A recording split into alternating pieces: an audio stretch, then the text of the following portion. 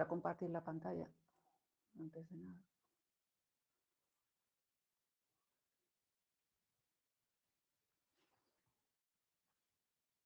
Bien, entonces tenemos que está la forma en que trabaja Kerberos o la forma en la que un usuario va a pedir un servicio cuando las aplicaciones están kerberizadas, es decir, cuando tenemos como servidor de aplicación a Kerberos,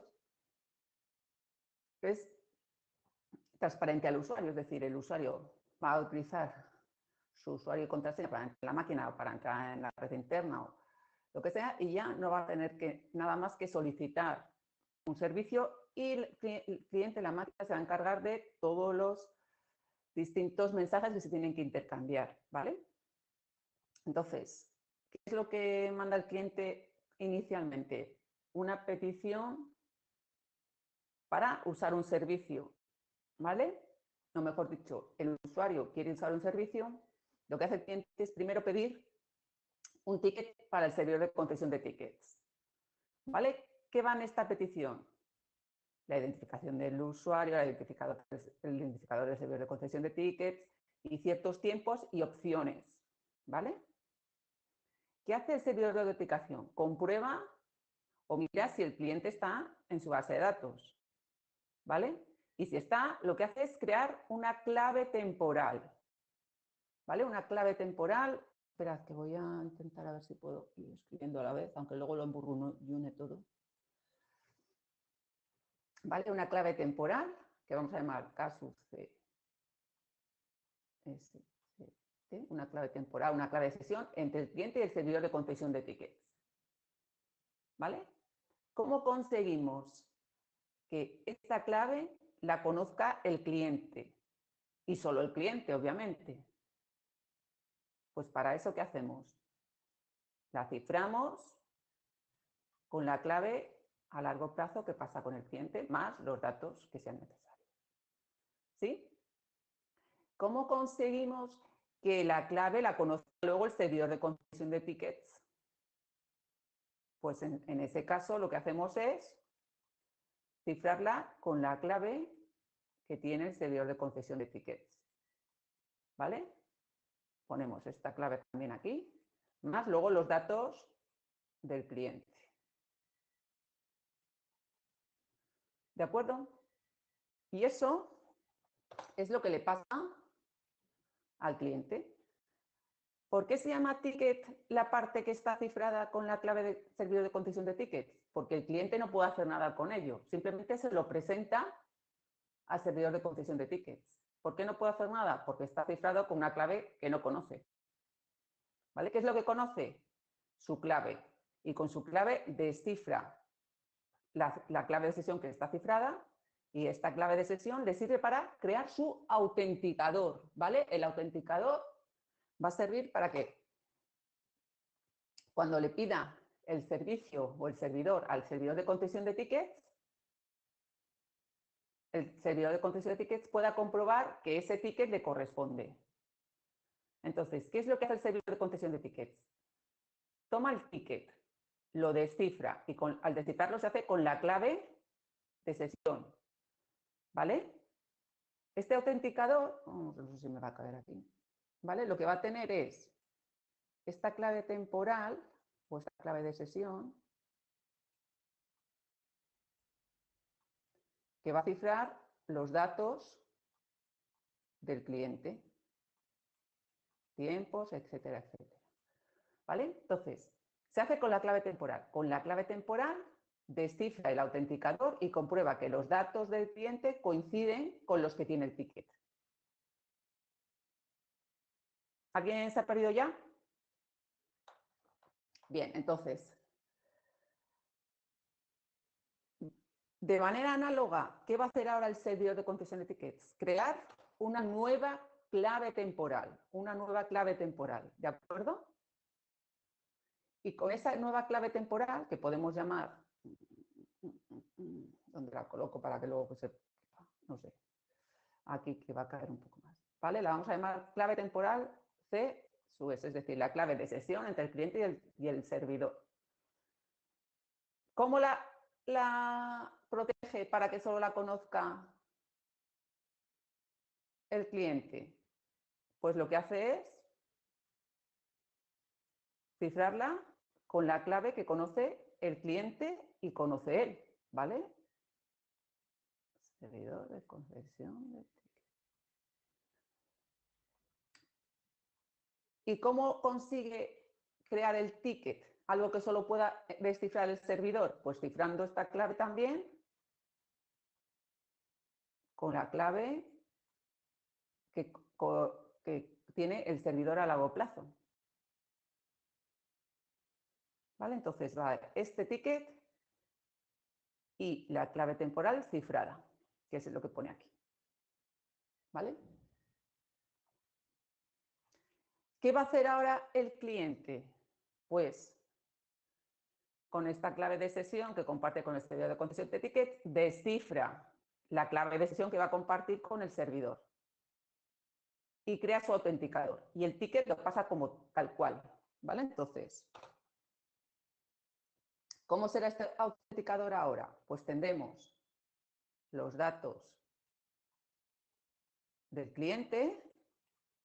¿Y con qué irán cifrados? Con esta clave temporal que ahora va a compartir cliente y servidor. ¿Vale? Y el ticket tal cual, sin tocarlo porque está cifrado con una clave que no conoce.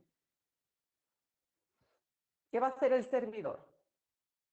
Coge el ticket, lo descifra, se hace con la clave temporal y con la clave temporal comprueba que los datos del cliente son los que están en el ticket.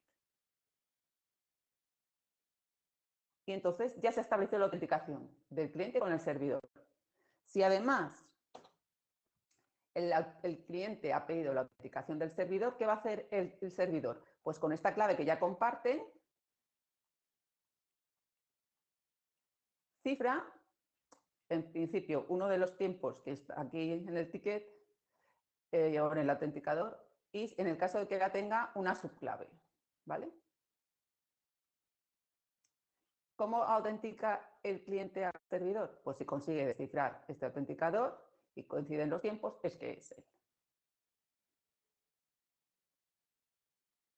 ¿Vale? Os recuerdo que los tiempos y tal se utilizan para evitar ataques por repetición y para evitar que los mensajes sean antiguos, ¿vale?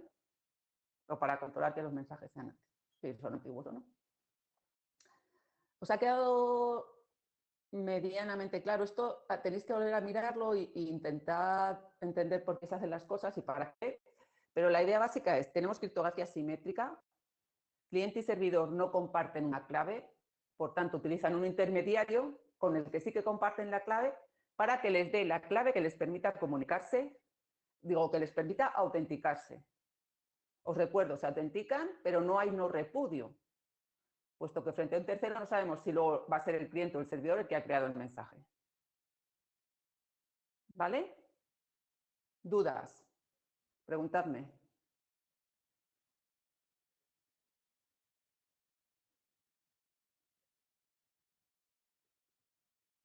¿No hay dudas? O sea, hay dudas, pero son tantas que no sé. ¿No? ¿Seguro? Vale, si no, siempre tenemos tutorías, siempre podéis preguntarme el próximo día o lo que sea, ¿vale?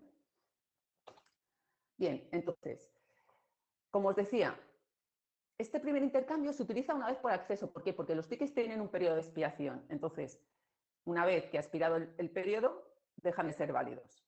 Normalmente, los tickets primeros, los tickets que dan al servidor de concesión de tickets, tienen una duración larga, sobre más o menos una jornada laboral, ¿vale? Sin embargo, los tickets para cada servidor tienen un periodo de validez. Para cada servicio, para cada servidor necesitaremos un ticket nuevo. Y si además, cuando hacemos el servicio, ha caducado ese ticket, pues tenemos que pedirlo otra vez. ¿Vale? Bien. Esto suponiendo que todos están en el mismo sitio, pero dijimos además que cuál es uno de los problemas que pasa, que si solo tenemos un servidor Kerbero, se nos cae ese servidor, se nos cae todo el sistema de autenticación. ¿O qué ocurre si tenemos varios Kerberos y el servicio al que queremos acudir no está en nuestro instalado en nuestro servidor Kerberos. ¿Vale? La idea es trabajar con el concepto de dominios, es decir, el conjunto de clientes y servidores que están dados de alta en un servidor Kerberos. ¿Vale? Entonces,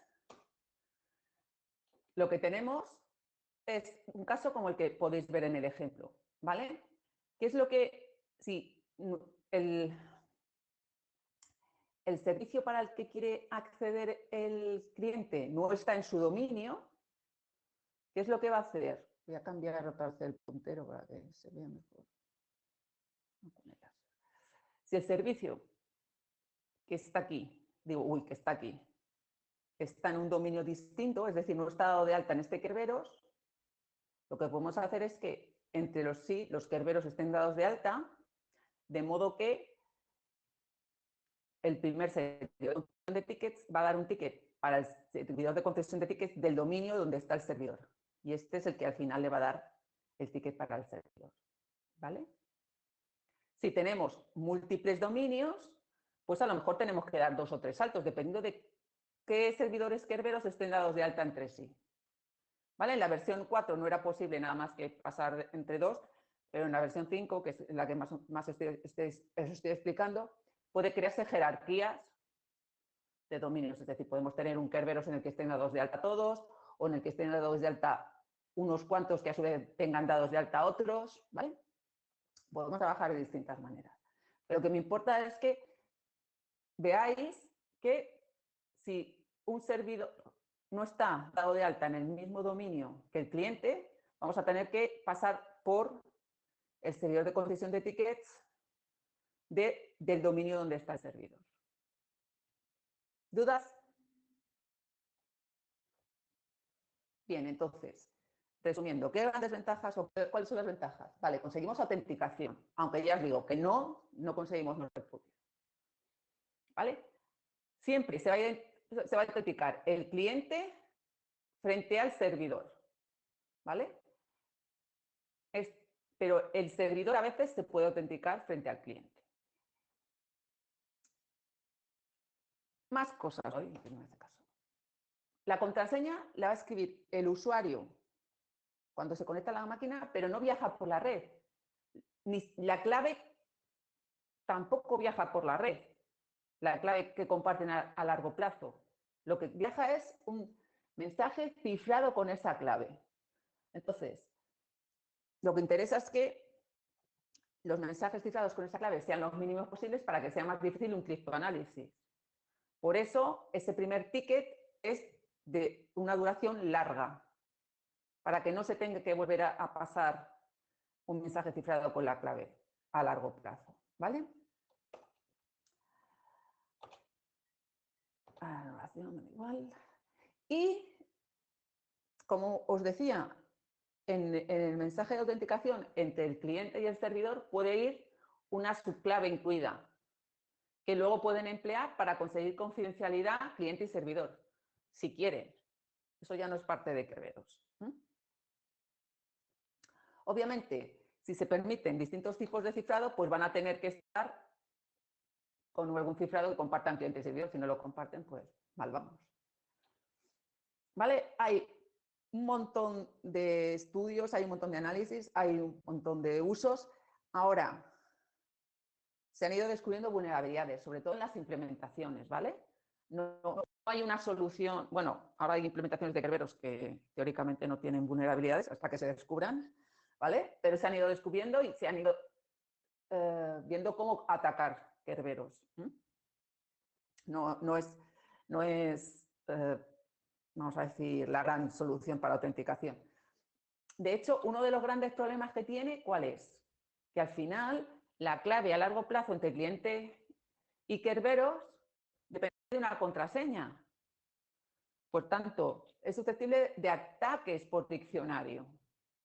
¿Vale? Entonces, ¿cómo se puede conseguir evitar esto? Pues a lo mejor utilizando criptografía simétrica, que es una de las extensiones que tiene Kerberos. Es decir, de modo que yo no tenga que compartir a largo plazo una clave, sino que pueda utilizar un par de claves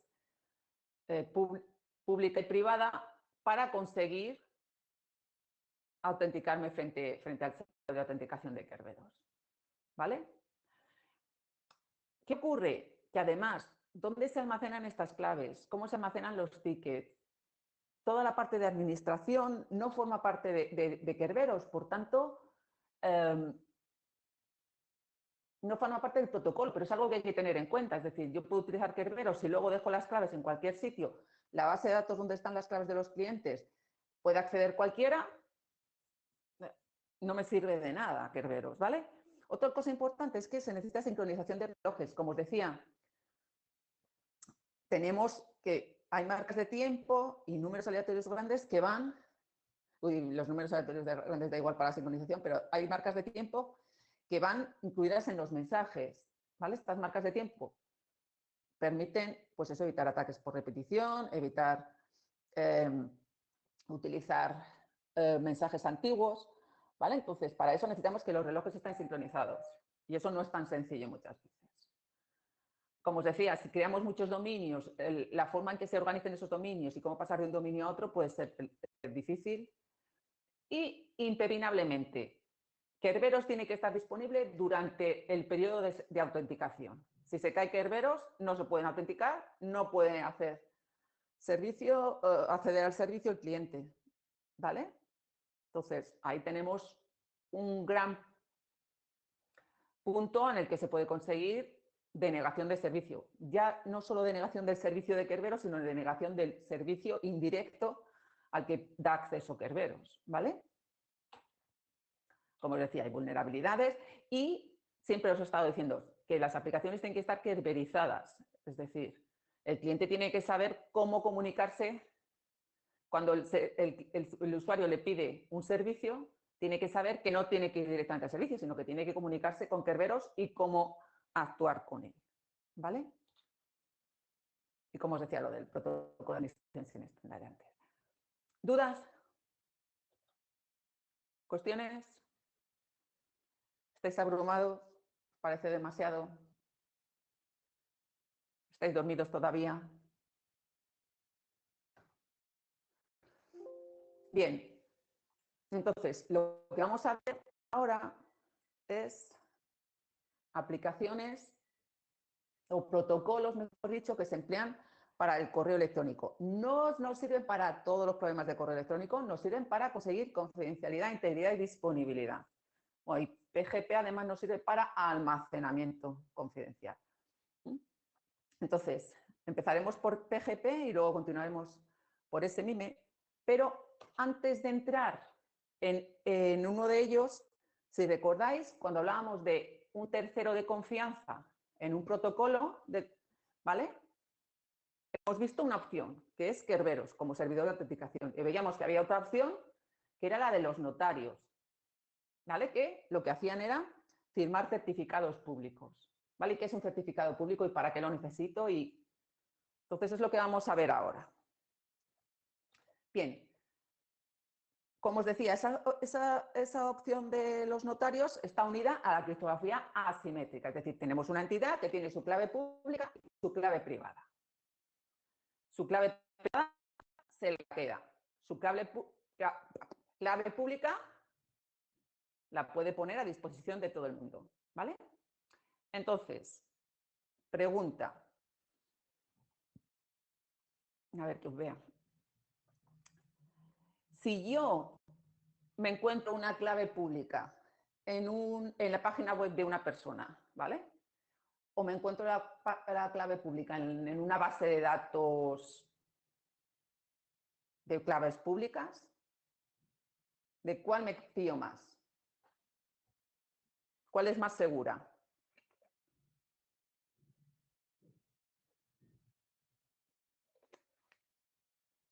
¿Qué pensáis? ¿No pensáis?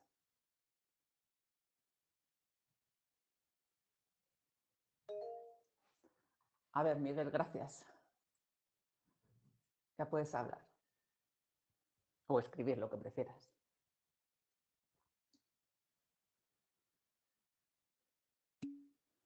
¿A qué te refieres con más segura? ¿De cuál me fío más? Es decir, yo tengo las claves públicas, las puede conocer cualquiera, pero yo tengo que saber a quién corresponden, ¿no? Es decir, si no sé a quién corresponden, luego no voy a poder hacer autenticación porque no voy a poder saber si la clave privada le corresponde o no. ¿Vale? Pues la de la persona, ¿no? ¿Por qué la de la que está en la página personal?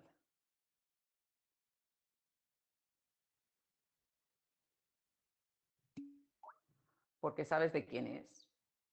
Sabes de quién es la página siempre que alguien no la haya hackeado, porque alguien puede haber intentado suplantar a otro, alguien puede haber hackeado la página web y cambiar la clave pública por la suya,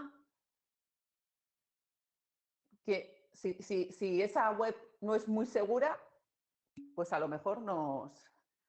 Exactamente, en la base de datos puede ocurrir exactamente igual. Alguien puede meter una clave pública diciendo que es suya cuando no lo sea, alguien puede modificar la base de datos si no está bien protegida.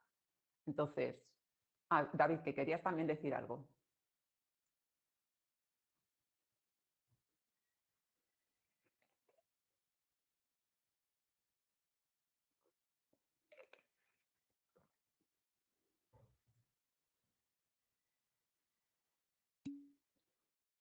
Es decir, nunca te puedes fiar.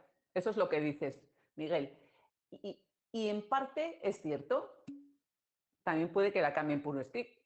Sí, bueno, pero eso ya estamos mezclando distintos tipos de ataques, pero es verdad, pueden cambiarla por un script, pero bueno, entonces en ese caso ya a lo mejor hasta nos podrían hacer instalar un código malicioso o un crash at scripting, ¿vale?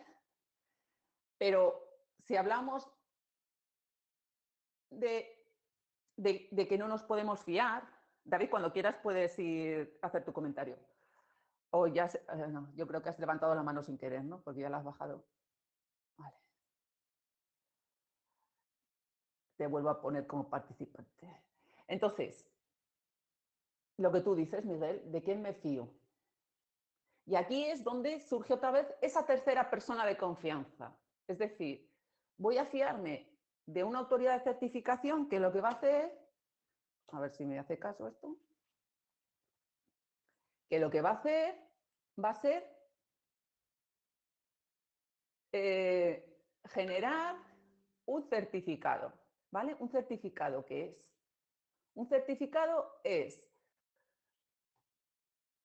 una forma de decir que una clave pública pertenece o corresponde realmente a una entidad E. Es decir, esta clave pública pertenece realmente a esta entidad.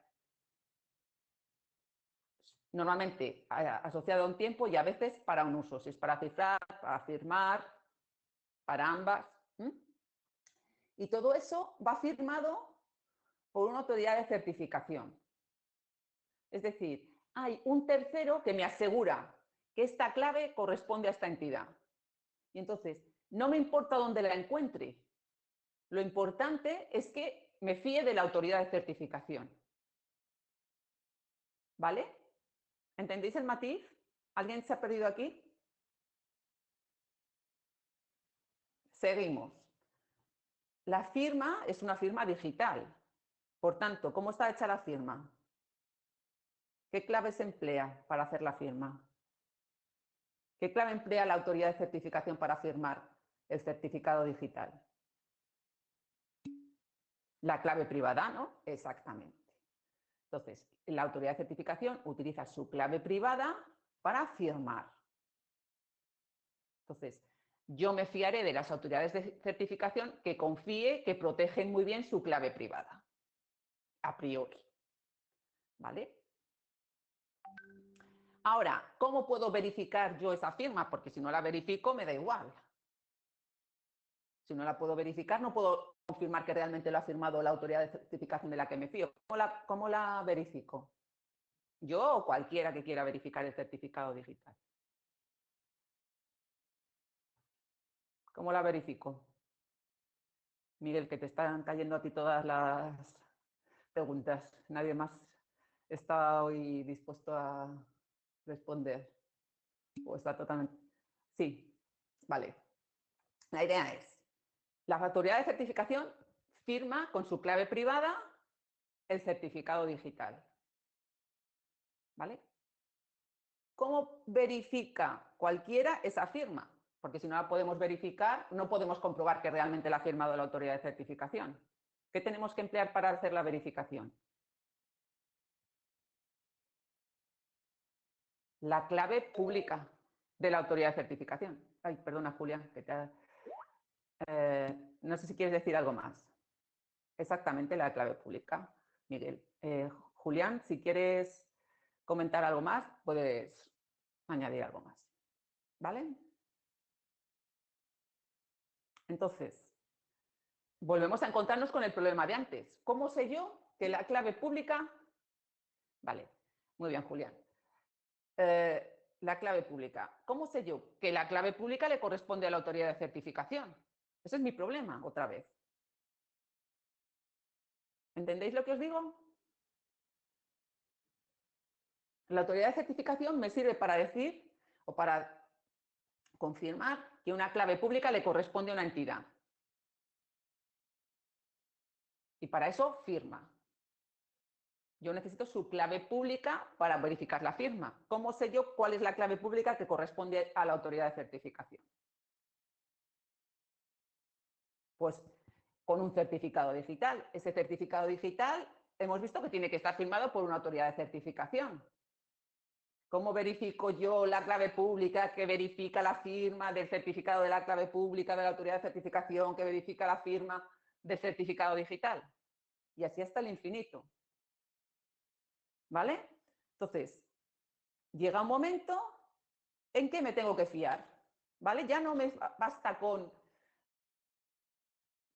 que utilizar un certificado digital. Es como la religión, tienes que creer, exactamente.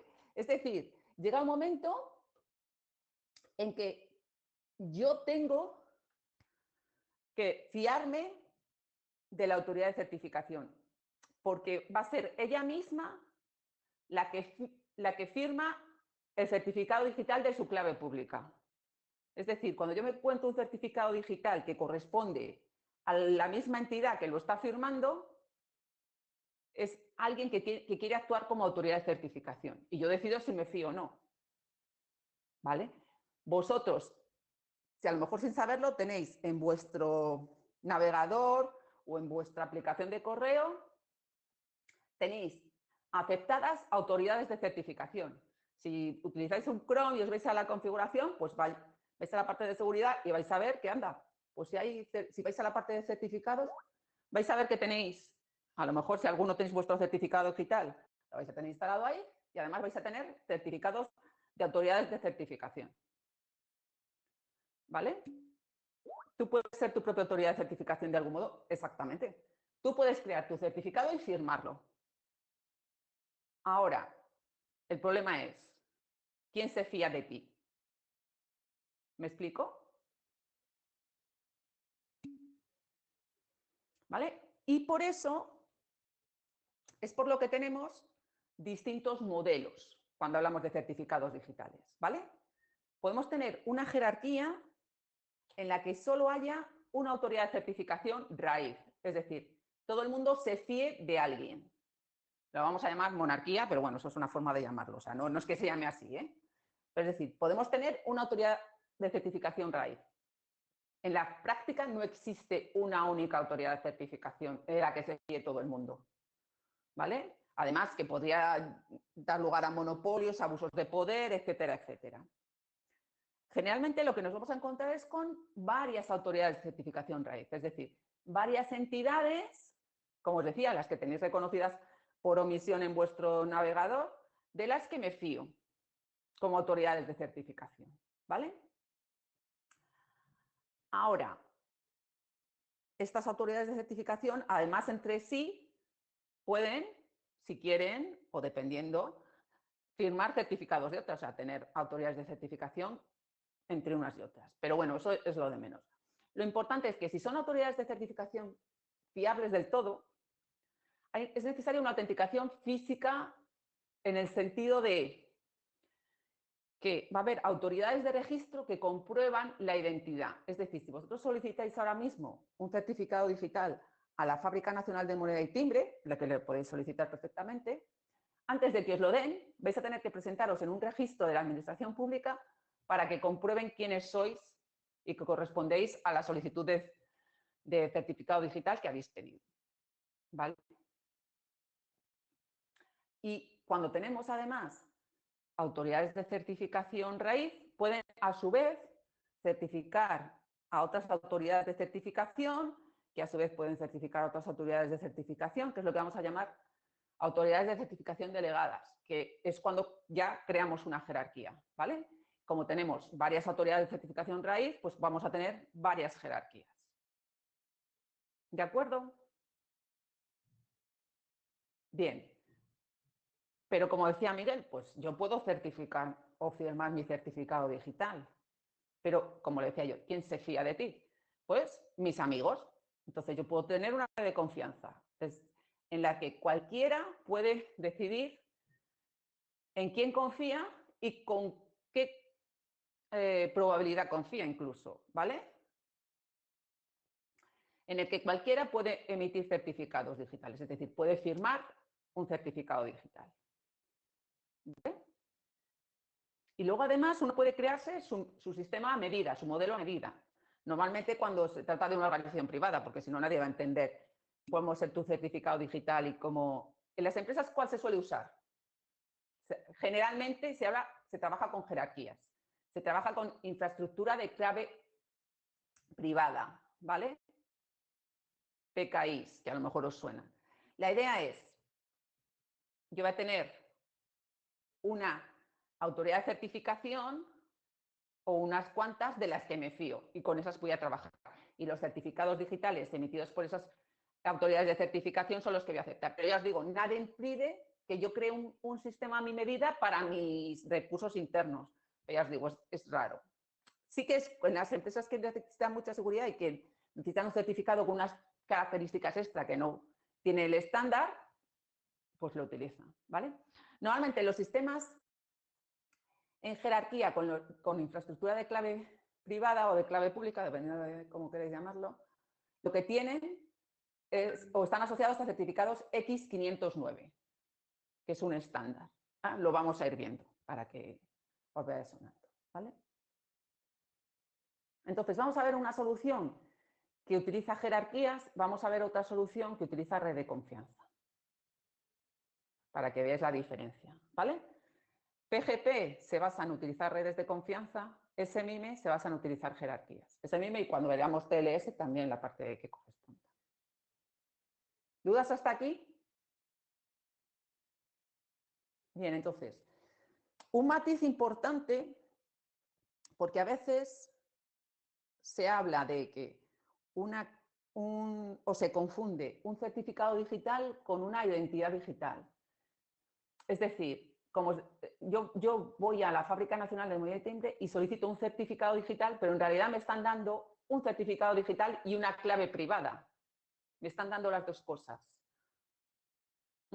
Entonces, a veces es lioso la terminología, pero lo importante es que los certificados digitales como tales pueden conocerlos cualquiera, la identidad digital no, porque tiene la clave privada. ¿Vale? Y de cara a las firmas que tenéis que hacer los que hagáis el trabajo voluntario, lo que me tenéis que mandar es la clave pública, no la combinación clave pública-clave privada o la clave privada, porque entonces puedo suplantaros. ¿Vale? Entonces, esto es importante. Una cosa es la clave pública, que está en un certificado digital, otra cosa es la clave privada asociada a esa clave pública. ¿Sí? ¿Dudas? ¿Alguno de vosotros tiene un certificado digital? ¿Ha empleado alguna vez certificados digitales? ¿Nadie? Por aquí, Álvaro, a ver. Álvaro, ¿has utilizado certificados digitales o tienes dudas?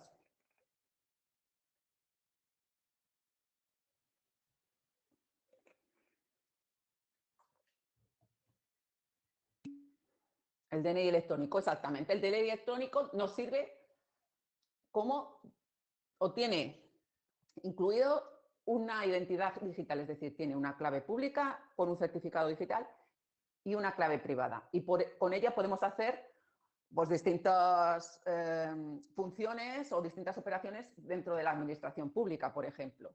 ¿Vale? Todos nuestros DNIs lo tienen, pero quienes lo usan pues no son tantos. Sobre todo porque necesitas un lector de tarjetas y no valen todos, entonces es un jaleo. ¿Vale? ¿Más dudas?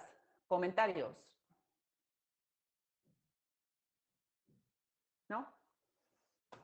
Bien, entonces, lo que vamos a ir viendo es lo que os decía, ejemplos dentro de protocolos orientados al correo electrónico, tanto de jerarquías como de redes de confianza. Y vamos a comenzar con las redes de confianza.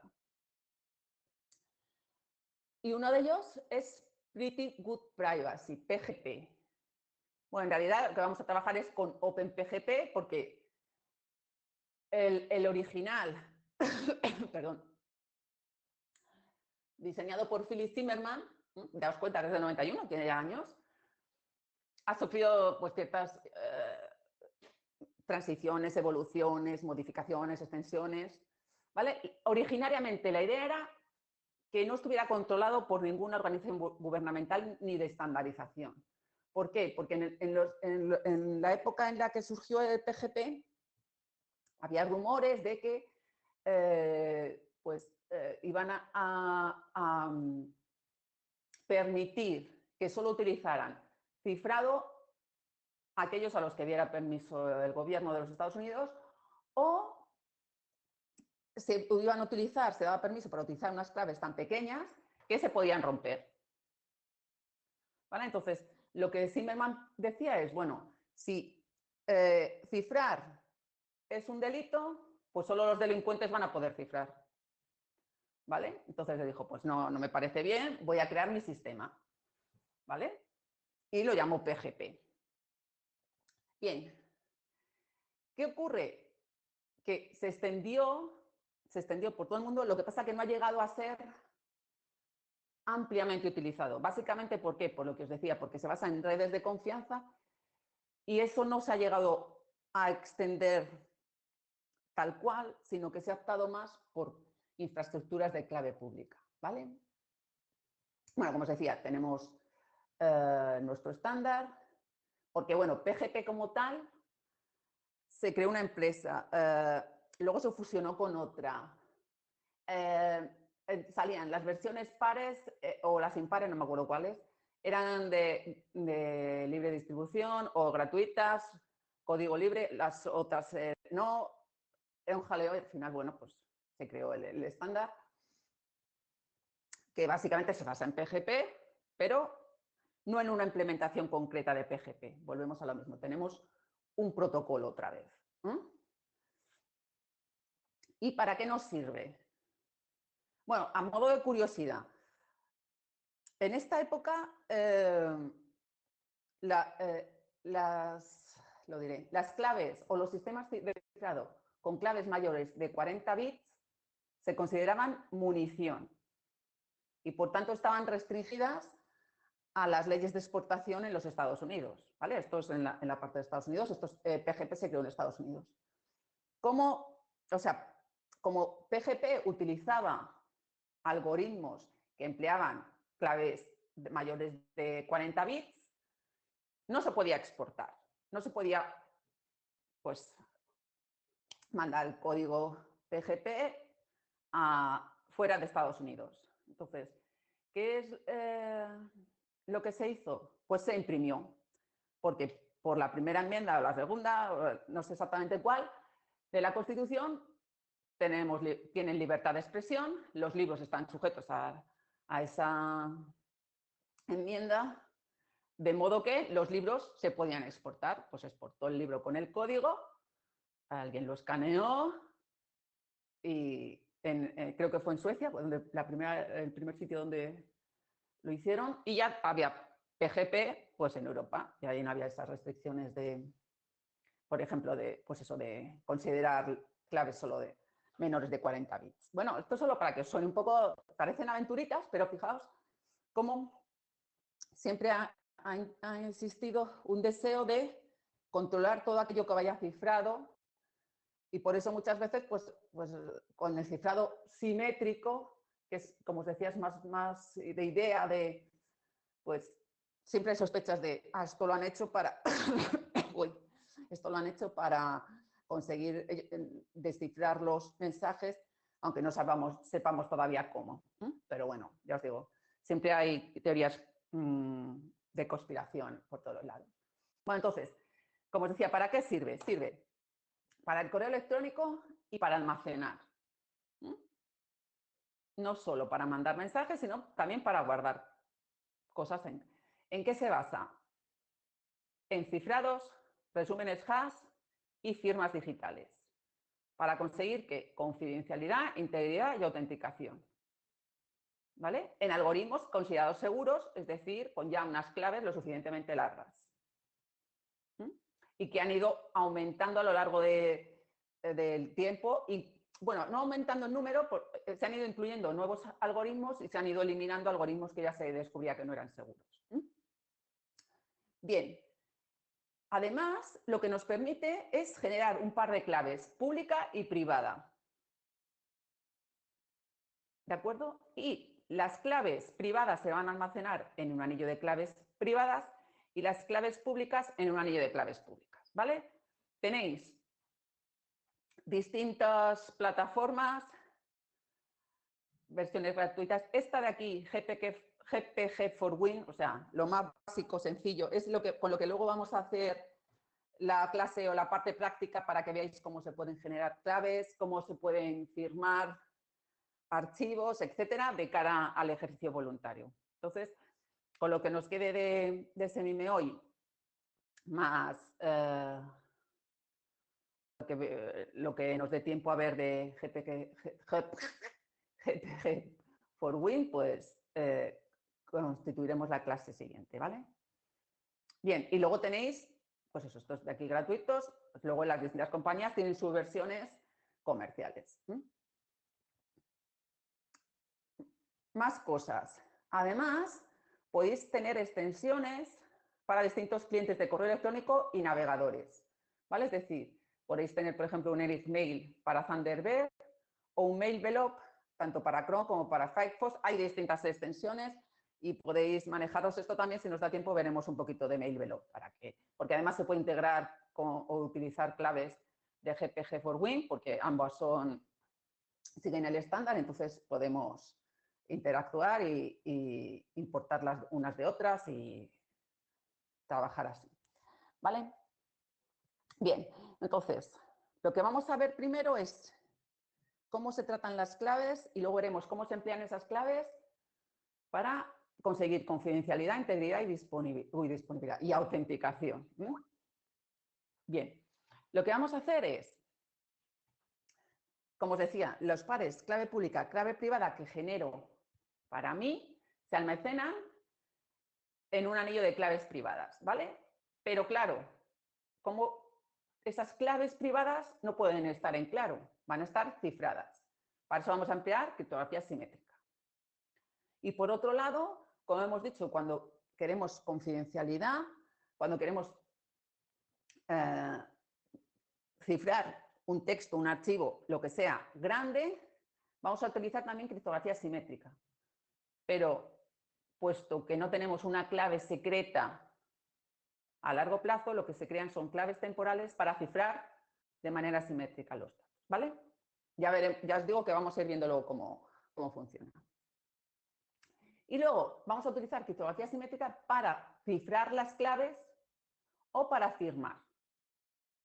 Es decir, ciframos estas claves temporales y firmamos para conseguir autenticación. Puesto que se pueden tener varios pares clave pública, clave privada, ¿de acuerdo? ¿Cómo sabe el receptor qué par tiene que emplear? ¿Qué complementario tiene que emplear? O bien para verificar la firma o bien para descifrar una clave cifrada. Pues la idea es, bueno, pues voy a transmitir la clave usada con el mensaje. Pero esto al final ocupa mucho. Entonces, voy a transmitir el identificador de la clave usada, ¿vale? Pero siempre, siempre tened en cuenta que lo que se transmite es información de la clave pública, ¿vale? Nada más que de la clave pública. De la clave privada nunca se da información, ¿vale? Si lo que necesita usar el otro es su clave privada, si yo le digo cuál es la clave pública correspondiente, él va a saber cuál es la privada complementaria, ¿vale? Yo no tengo que decir cuál es, primero porque no lo sé. Ahí radica la seguridad, ¿vale?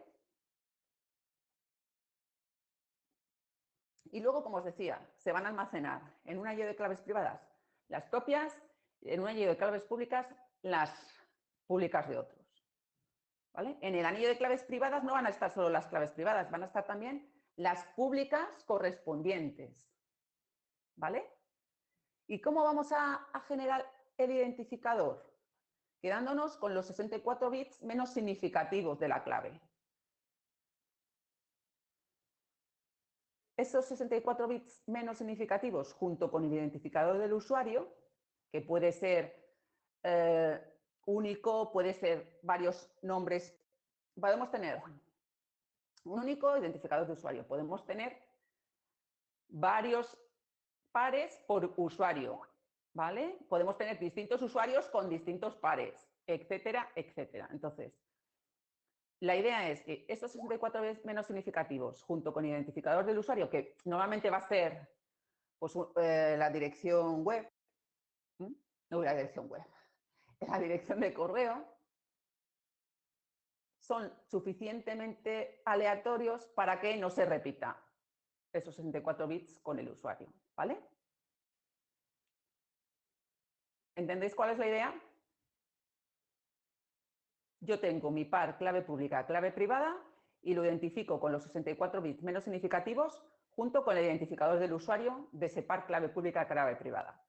Yo puedo tener distintas identidades, pues me puedo llamar Soco para las claves que empleo con mis amigos y María del Socorro Bernardo Galindo para las claves que empleo con mis compañeros de trabajo, por ejemplo, o para la universidad, ¿vale?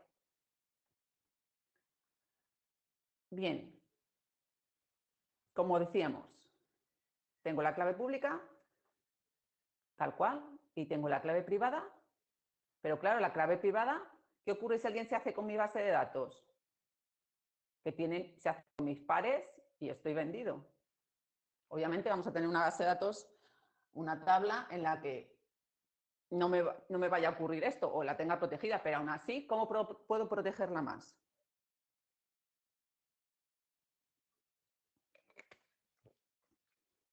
Toda la información que hay en la tabla,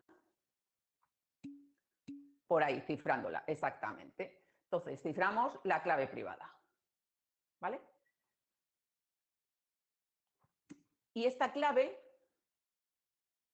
es un hash de una contraseña. Es decir, cuando nosotros generamos nuestro par clave pública, clave privada en PGP, nos va a pedir una contraseña, ¿vale? Y esa contraseña es la que va a emplear, haciendo un hash, para cifrar la clave. ¿Qué ocurre? ¿Dónde almaceno yo esta clave de cifrado para poder descifrar la clave privada? ¿Dónde la almaceno? ¿Cómo la almaceno? ¿La puedo dejar en cualquier sitio? Y si la dejo en un sitio, ¿cómo la guardo? ¿Cifrada también? ¿Y qué clave empleo para cifrarla? Entonces, la idea es no almacenar esta clave de cifrado nunca. Y cada vez que se necesite descifrar la clave privada, PGP va a pedir al usuario la contraseña. ¿Vale? Es decir, cada vez que PGP necesite una clave privada, la que sea, va a pedir la contraseña al usuario. ¿Entendéis cuál es la idea? ¿Dudas? Bien. Entonces, sí. para que no se te olvide la contraseña, la escribes y la pones. Exactamente, Miguel. Eso es lo que puede pasar. Otra vez, os dais cuenta de que tenemos un sistema, bueno, todavía no hemos visto que es un sistema bastante bueno, un protocolo bastante bueno, pero claro, al final, esta contraseña, si se puede adivinar fácilmente, pues ya se hacen con mi clave privada. No con todas, porque cada clave puede estar firmada con distintas contraseñas, ¿vale? Cuando hablo aquí de contraseña, no penséis que es la contraseña para entrar ni en PGP, si tuvierais así, o para entrar en vuestra máquina, no. Aquí es una frase, una palabra, un conjunto de letras, caracteres, que puede haber incluso espacios en blanco, ¿vale? Por eso hablo de frase, que yo empleo para cifrar la clave privada. Y puedo emplear distintas para distintas pares clave pública, clave privada, ¿eh? ¿Vale? Esto lo llamo contraseña, pero no es contraseña en el sentido de que no se compara nada más que para poder descifrar.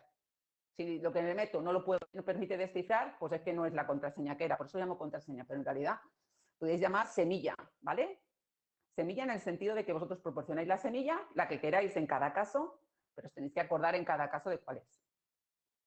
A no ser que eso las peguéis en el monitor y entonces ya pues poco sirve.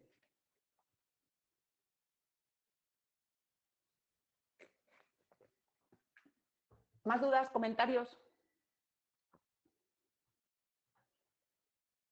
Bien, como os digo, estos son los pares propios, es decir, yo no tengo claves privadas de otros, solo tengo las mías, que pueden ser varias. Las de otros solo tengo las públicas, ¿vale? Solo tengo sus públicas. Y son estas que tengo aquí. Igual, el identificador de la clave, que son los 64 bits menos significativos, más el identificador del usuario, me dicen cuál es la clave pública. ¿Vale? Pero claro, aquí tengo unos cuantos campos que son específicos de este anillo de claves públicas. La idea de los anillos, que en realidad ya veis que son tablas, viene de los aros que están llenos de las llaves, yo que sé, de las grandes amas de casa, de las supermansiones que tienen una llave para cada habitación, ¿vale? Y tienen ahí que ir con el aro ahí cargado de llaves. Esa es la idea de llamarlos anillos, ¿vale? Pero nada más. Bien, como os decía, tiene tres campos fundamentales, que son la confianza en el propietario, la legitimidad de la clave y la confianza en las firmas. La confianza en el propietario lo que indica es lo que me fío de lo que viene firmado con la clave privada correspondiente a esta clave pública. ¿Vale? Es decir, esto es el propio usuario, no este usuario, no el usuario dueño de la clave pública, sino yo como dueño del anillo, el que decido lo que me fío de cada usuario con su clave pública. ¿Vale? Que no tiene mucho sentido a lo mejor, pues sí, para un mismo usuario con distintas claves públicas, pues puedo tener distinta confianza en el propietario. Es decir, cuando Pepe firma como Pepe, pues me fío. Cuando firma como José Pérez Jiménez, no me fío. ¿Vale? También lo podemos hacer así. Es decir, para cada clave pública yo decido lo que me fío del usuario. Esta es la confianza en el propietario. ¿Vale? Ahora, cada clave pública puede estar firmada por distintos usuarios, que serían lo que hemos llamado autoridades de certificación, pero que no son reconocidas. Es lo que tendríamos en la clave, en la red de confianza. Es decir, yo tengo usuarios que me han firmado las claves públicas y estas son las firmas. ¿Vale? Entonces, si la firma correspondiente de quien sea, yo la tendré en mi anillo de claves públicas y veré cuál es la confianza que tengo en el propietario con esa clave pública. Y eso es el indicador de confianza. Es decir, la confianza en las firmas se obtiene a partir de la confianza en el propietario de los que han hecho la firma. Si no los tengo, pues puedo decir que son indefinidos. Y la legitimidad de la clave, que me dice lo que me fío de que esa clave le corresponda a ese usuario, ¿vale? ¿Veis la diferencia? La confianza en el propietario me dice lo que me fío del usuario. La legitimidad de la clave me dice lo que me fío de que la clave le corresponda al usuario, que son cosas distintas. ¿Y cómo sé lo que me fío de que la clave le corresponde al usuario? Según quien me lo haya firmado. Entonces, la legitimidad de la clave se calcula a partir de la confianza en las firmas. Esto es un poco lioso, pero vamos a ir viéndolo con ejemplos para que lo entendáis. ¿Vale? Lo que me importa es que veáis que la confianza en el propietario la decido yo, la confianza en las firmas se decide a partir de esa confianza en el propietario. Y a partir de esa confianza en las firmas se decide cuál es la legitimidad de la clave. ¿Vale? Es decir, aquí no me fío, cuando tengo una autoridad de certificación reconocida, si algo me viene firmado por la autoridad de certificación, sería que la legitimidad de la clave, el equivalente a que la legitimidad de la clave es completa. Sé que esa clave le corresponde. Pero en nuestro caso, pues imaginad que esta clave pública me la han firmado Pepe y Juan y no me fío del todo de Pepe y Juan. Pues la legitimidad de la clave puede que no sea completa, puede que sea mediana. ¿Entendéis el matiz? Os habéis perdido ya. Espero que algunos sigáis. Porque esto lo vamos a emplear luego para entender lo de la firma que vamos a hacer. Bien, entonces, vamos a ahondar un poco en esto. ¿Vale? Cualquiera puede certificar, es decir, cualquiera puede firmar una clave pública. Y el usuario decide en quién fiar. Por ejemplo, si la autoridad de certificación que te... Ay, perdona, no me ha dado tiempo a leerlo. Por ejemplo, si la autoridad de certificación que te certifica es vulnerable, pierde legitimidad, ¿no? Claro, es que si es vulnerable ya directamente... De hecho, pasó, o sea, una autoridad de certificación muy reconocida en su momento, que era holandesa, pues consiguieron hacerse con su clave privada, pudieron falsificar unos cuantos certificados digitales. La empresa, en cuanto se descubrió que habían conseguido romper la clave privada, se vino abajo, o sea, desapareció. Nadie más se fió. Totalmente. ¿Vale? En este caso, como es el usuario en que decide en quién confiar, pues vamos a decir que puede que uno se fíe mucho de la misma autoridad de certificación o del mismo otro usuario y otro no se fíe nada. ¿Vale? Una autoridad de certificación reconocida, todos se fían del todo. Entonces, por eso no hablamos de redes de confianza, hablamos de esas jerarquías, que son cosas distintas. Bien, como os decía, la confianza en el propietario la pone el usuario, la confianza en las firmas viene a partir de la confianza en los propietarios de las claves y la legitimidad se calcula generalmente mediante una suma ponderada a partir de la confianza en las firmas. ¿Vale? Obviamente, si ya tenemos que hay una confianza máxima, ya no hace falta que hagamos la suma ponderada, ya sabemos que nos fiamos del todo. ¿Vale? Esto en cuanto a los certificados. Los certificados se pueden revocar. ¿Cuándo se revoca un certificado? Tanto si es en una red de confianza como si es en una jerarquía. Cuando se sospecha que alguien se ha hecho con la clave privada, porque entonces lo puede suplantar. ¿Vale? En el caso de la revocación de certificados en PGP, los hace el propio propietario de la clave pública. ¿Esto supone un problema o no? Es decir, el propietario emite un certificado de revocación de su clave pública porque alguien se ha hecho con su clave privada. ¿Esto supone un problema para nosotros? Es decir, ¿me fío yo de ese certificado de revocación o no me fío? No lo sabes. Sí lo sabes. Puede ser legal o no. Piensa, claro, exactamente, puede ser legal o no. Si es legal, me fío. Si no es legal, también me fío porque si lo ha emitido alguien que se ha hecho con la clave privada, pues sé que está comprometida. Es decir, en cualquier caso, sea quien sea, o bien el propio usuario que se ha dado cuenta de que está comprometida su clave privada y avisa, o bien el malo, aunque el malo en general no va a avisar, pero a lo mejor le interesa avisar, yo que sé, para conseguir una denegación de servicio o lo que sea. ¿vale? Pero me interesa, aunque sea el malo el que avise, está comprometida. Por tanto, en ambos casos, tengo que considerar válida la revocación. O bien la ha hecho el bueno o la ha hecho el malo, pero tengo que revocar impepinablemente. ¿Lo entendéis? ¿Alguna duda a los demás? Bien, gracias Miguel, porque así me parece que alguien va siguiéndome. El resto estáis como muy dormidos hoy, ¿no? O soy yo la que estoy muy pesada también, que puede ser. Bien, entonces, con esto ya sabemos un poco la idea general.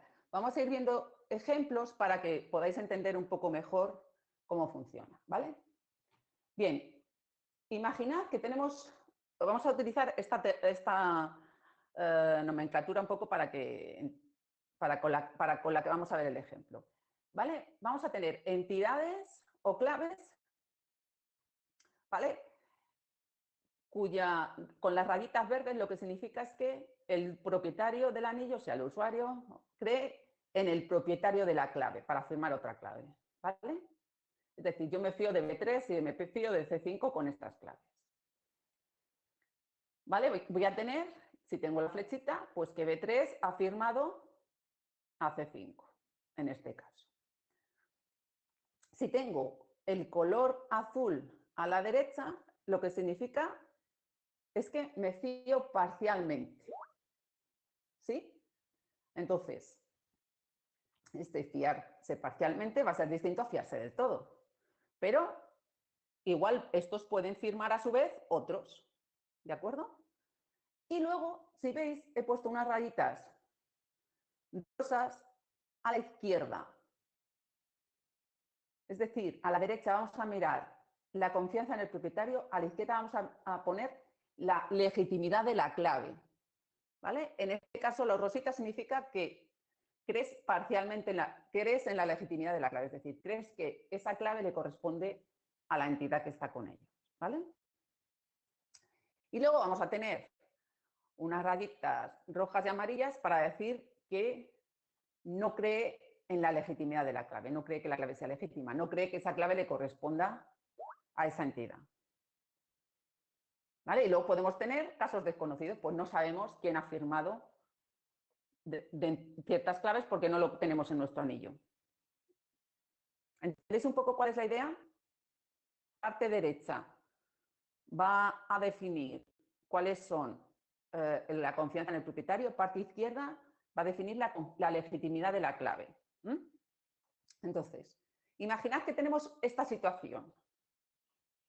¿Vale? Tenemos que B1 y B2 nos fiamos parcialmente de ellos. ¿Vale? De B3 y de C4 nos fiamos totalmente. Y confiamos en que la clave de B1, de B2, de B3 y de C2 les corresponden realmente. ¿Vale?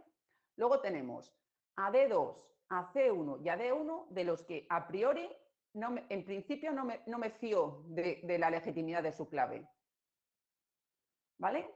D2 está firmado por entidades desconocidas, C1 está firmado por B1 y B2 y D1 está firmado por C2. Hasta aquí es la situación descrita. ¿Qué es lo que puede hacer PGP? Pues puede fijarse en que D1 y C1 están firmados por entidades que están en su anillo de claves. ¿Vale? Entonces, lo que puede es hacer un cambio en la legitimidad de la clave. Es decir, si D1 está firmado por C2, del que me fío totalmente, pues puedo fiarme en la legitimidad de la clave. Igual modo, si C1 está firmado por 2 de los que me fío parcialmente, pues cambio su legitimidad también. Pueden ser 2, pueden ser 5, pueden ser 300 o puede no valerme nunca, a no ser que haya uno que me fíe totalmente. Eso depende de cómo decida yo, ¿vale? También es cierto que las distintas implementaciones ya me lo dan hecho y no me permiten poner los pesos a veces que me gustaría. Bien, entonces, ahora, si veis, nos queda por ver si me fío de C1 y de D1. ¿Lo veis que están en blanco? Todavía no sé si me fío o no. Y eso lo decide el usuario, tal cual. ¿Vale? Es decir, que yo me fíe de C1 o D1 no depende de la legitimidad de la clave.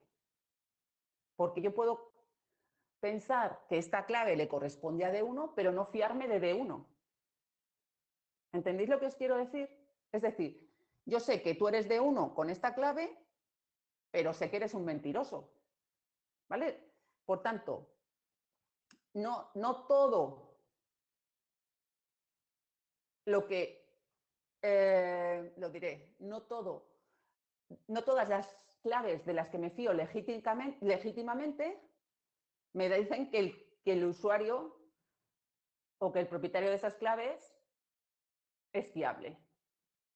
¿Vale? No puedo decir nada. Pues lo decido según conozca o no conozca a esos usuarios o a esos propietarios. ¿De acuerdo? ¿Habéis seguido un poco el razonamiento? ¿Quién se ha perdido?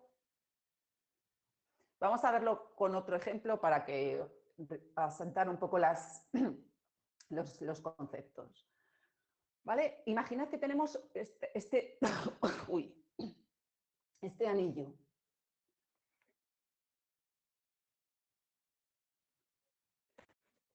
¿Vale? Con el identificador de la clave, con la clave pública, la confianza en el propietario, el identificador del usuario y luego la legitimidad de la clave, las firmas sobre esa clave pública y la confianza en esas firmas, ¿vale? Como os digo, la confianza en el propietario la decide el usuario. Pues en este caso, me fío de A cuando usa K sub A, me fío de B cuando usa K sub B, ¿vale? Aquí estoy poniendo solo una clave por usuario. Podría hacerlo más complejo, pero para que no os perdáis. Bien, entonces, lo que voy es a ver quién firma estas claves para ver cuál es la confianza en las firmas. ¿Quién firma la primera clave? A. O sea, la firma el mismo. ¿Vale? ¿Me fío de lo que dice A? Totalmente. Por tanto, la confianza de la firma va a ser totalmente. Segunda clave pública. Es K sub B. K sub B está firmada por A también. Me voy a A y me fío totalmente. ¿Vale? En el caso de C, no está firmada. Si no está firmada, no puedo saber si me fío o no, indefinido. ¿Vale? En el caso de D, otra vez está firmada por A, pues ultimate. En el caso de E, está firmado por J. Voy a J, es desconocida la confianza. Por tanto, la traslado aquí, desconocida. En el caso de F, tiene dos firmas, de B y de G. ¿Lo veis? Pues me voy a B, always. Me voy a G, usually. Pues las traslado tal cual. Y así sucesivamente todas. ¿Entendéis? ¿Alguien se ha perdido en cómo se genera la confianza en las firmas? Se mira quién ha hecho la firma y se va a la confianza que se tiene en ese propietario. ¿Vale? Ya os digo, simplificado, porque aquí solo estamos considerando que cada usuario tiene solo una clave. Pero bueno. Bien, ahora, si aquellos sitios que tienen Ultimate Trust, es decir, que se fían totalmente en las firmas, ¿cuál va a ser la legitimidad de la clave? Completa. ¿Vale? Aquellos que son desconocidos o indefinidos, pues esos valores. Ahora, ¿qué hacemos con los always y los usually? Pues les podemos dar valores. ¿Vale? Podemos darles valores de modo que nuestra suma ponderada va a ser el número de siempre dividido entre x más el número de usually dividido entre y. Ya os digo, en este caso, ¿eh? No significa que sea exactamente esta implementación en todos los casos. ¿Vale? Entonces podemos dar, por ejemplo, un 2 al always y un 4 al usually. Vale, como os decía, los ultimate pues van a estar complete. Ahora, ¿qué hacemos con los demás? Pues hacemos nuestra suma ponderada. ¿Vale? Tenemos un medio, que es este, más un cuarto. Tenemos en el siguiente, en el H, tenemos un medio más 2 cuartos. ¿Vale? Un medio más 2 cuartos, tenemos 2 cuartos es un medio más un medio, 1. Por tanto, este marginal trust va a ser un complete trust. ¿Lo veis? ¿Alguien se ha perdido? Al calcularlo me da 1, por tanto, confío completamente en la legitimidad. ¿Vale? ¿Habéis visto cómo funcionaba? ¿O volvemos para atrás? ¿Alguien se ha perdido? ¿No? Bien, entonces, esto es simplemente la gestión de las claves. Es la parte del protocolo que se encarga de la gestión de las claves. Todavía no hemos visto cómo se emplean estas claves y eso es lo que vamos a ver ahora, ¿vale? Hemos dicho que nos sirve tanto para confidencialidad como para integridad como para autenticación. Entonces, en PGP, autenticación e integridad se hacen simultáneamente. ¿Cómo? Mediante firmas digitales. ¿Sí? ¿Dudas? Bien, entonces tenemos nuestro texto en claro, calculamos la firma. ¿Cómo hacemos la firma? ¿Cómo hacemos la firma? Hacemos el resumen hash y calculamos la firma, ¿no? ¿Y esa firma cómo tiene que ir? Tiene que ir. ¿Cómo tiene que ir? El hash tiene que ir firmado, es decir, cifrado con la clave, a ver, despertad. ¿Qué clave tengo que usar para la firma? ¿La privada o la pública? Para la firma. Pensad, mi firma la tiene que poder verificar todo el mundo. Por tanto, la tengo que hacer con mi privada. Exactamente, Julián. Eso es, Miguel. ¿Vale? ¿Lo veis? Entonces, ¿dónde está mi clave privada? En mi anillo de claves privadas. Pero está cifrada. Por tanto, lo primero que tengo que hacer es pedir al usuario la contraseña, calcular el hash de esa contraseña y descifrar la clave privada. Con esa clave privada cifro la firma. Genero la firma cifrando el hash. ¿Vale? Y como solo estoy buscando autenticación e integridad, el mensaje va en claro. ¿Vale? Tal cual. ¿Lo entendéis? ¿Vale? Es la firma tal como hemos visto que se hacía cuando hemos hablado de autenticación en la clase pasada. La diferencia es todo el proceso para hacerse con la clave privada que tiene PGP. Una vez que se tiene esto, pues se puede comprimir, se puede hacer una conversión a Radix 64 para que sean caracteres transmitibles y ya está. Bien, además, siempre tenemos que decir cuál es el identificador de la clave que hemos empleado porque podemos tener, ya hemos dicho, varios pares. Entonces, este identificador de la clave no me va a dar pistas sobre la clave privada, ¿vale? Lo recuerdo, son los bits menos significativos de la clave pública. ¿Sí? ¿Dudas? Sí. A ver. Sergio.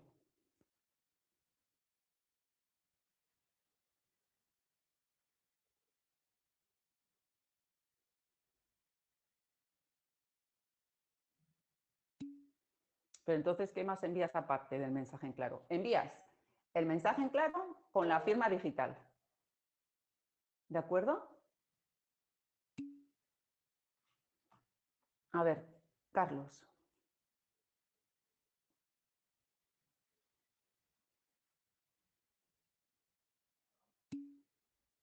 Ah, vale, perfecto. Vale, entonces, ya os digo, si quisiéramos confidencialidad no nos basta esto. Estamos yendo poco a poco, luego veremos lo completo. Bien, ahora, ¿qué es lo que va a pasar con esta firma? Pues que luego se puede almacenar por separado, se pueden anidar varias firmas como queramos trabajar. Es decir, se puede trabajar con el mensaje en claro y firmar distintas personas por separado. Pero bueno, lo que nos importa es cómo se verifica en el extremo. Esto simplemente es un ejemplo para que veáis. Aquí tenemos el mensaje y aquí está la firma con PGP. ¿Vale? Si os dais cuenta, el mensaje va en claro, se puede entender perfectamente. La firma se puede verificar únicamente si tenemos la clave pública correspondiente. ¿Vale? Y si tenemos esa clave pública correspondiente, ¿cómo verificamos la firma? ¿Qué es lo que tenemos que hacer? Tenemos nuestro mensaje. Con el identificador, lo que hacemos es buscar en el anillo de claves públicas cuál es la clave pública que corresponde a la privada que ha firmado. ¿Vale? ¿Sí? Y por otro lado, ¿qué hacemos? Calculamos el hash del mensaje. ¿Y qué tenemos que hacer con este hash? Compararlo con el de la firma.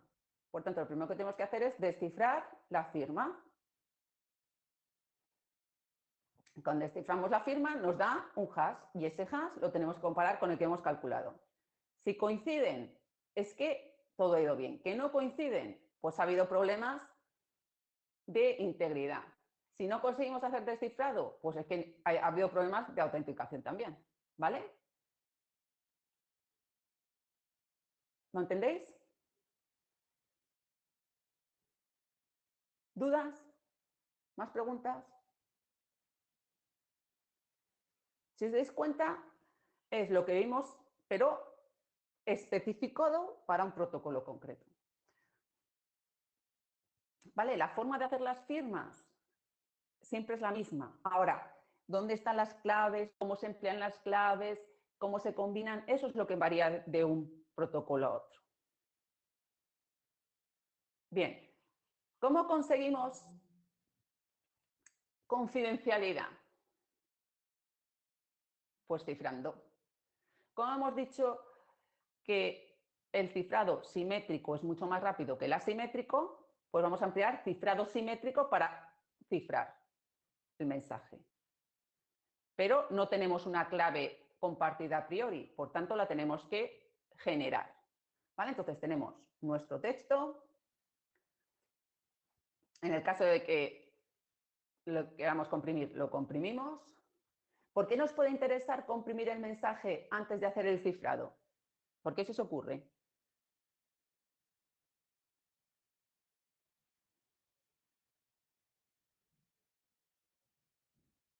Porque al comprimir eliminamos redundancia. Va a ser más difícil el criptoanálisis si alguien se hiciera con el texto cifrado, ¿no? ¿Vale? Entonces, como os decía, vamos a usar cifrado simétrico, pero como no tenemos una clave, pues la tenemos que generar. Para eso, lo que hace PGP es pedir otra contraseña, otra frase al usuario. Esta contraseña es cualquier cosa que se os ocurra y no tenéis ni que recordarlo, ¿vale? Porque es simplemente aquello que voy a teclear para generar la clave. ¿Entendéis? No es una contraseña en el sentido de que luego me tenga que acordar de ella. No. Bien, con esta clave temporal se hace el cifrado simétrico. Ya tengo mi mensaje cifrado. ¿Le basta saber solo esto al destinatario para poder descifrar?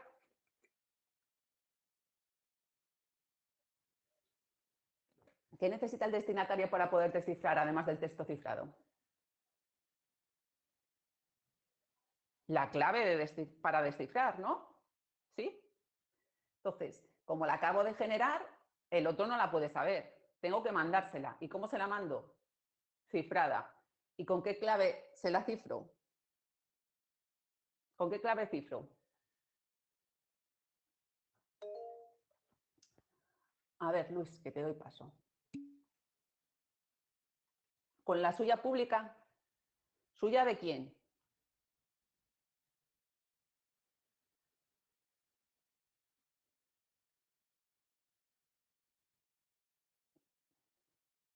¿Suya de quién?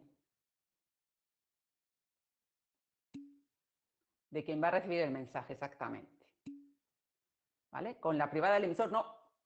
Con la privada del emisor, firmo. El emisor firmaría y cualquiera podría descifrar. Si cifro con la privada del emisor, cualquiera con su clave pública podría descifrarlo y hacerse con la clave temporal. Y lo que queremos es que solo sea el destinatario el que la entienda. Por tanto, lo ciframos con la pública del destinatario, de modo que solo sea el destinatario el que pueda descifrarla. ¿Vale? Entonces, pues lo que hace es tomar un anillo, una clave del anillo de claves públicas, cifra esa clave y se lo pasa. Y además le pasa el identificador, obviamente. ¿Vale? ¿Sí?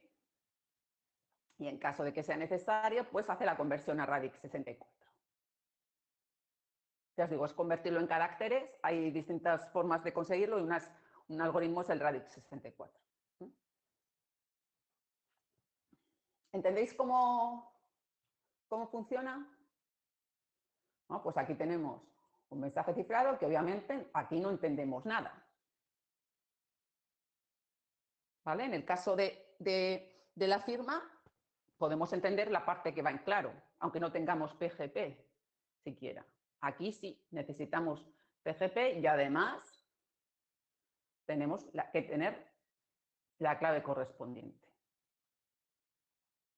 ¿Vale? Uy, ¿cómo actúa el destinatario para descifrar? Lo que tenemos es el mensaje cifrado y la clave temporal cifrada con el identificador. ¿Vale? ¿Qué es lo que necesitamos para descifrar el mensaje? Necesitamos esta clave. Y esta clave está cifrada con la pública del destinatario. ¿Qué tiene que hacer el destinatario? Con el identificador va al su anillo de claves privadas. Y como la clave privada está cifrada, tiene que pedir la contraseña al usuario. Calcula el hash de la contraseña. Con eso descifra la clave privada y con la clave privada descifra la clave temporal. Y esta clave temporal nos sirve para descifrar el texto que estaba cifrado. ¿Vale? En caso de que sea necesario, pues quita la compresión y tenemos nuestro mensaje en claro. ¿Vale? Si os dais cuenta, he intentado poner en azul lo que actúa como clave y en negro la entrada y la salida. ¿Vale? Es decir, esta clave privada es resultado de descifrar la clave privada cifrada y se emplea luego como clave para descifrar la clave temporal.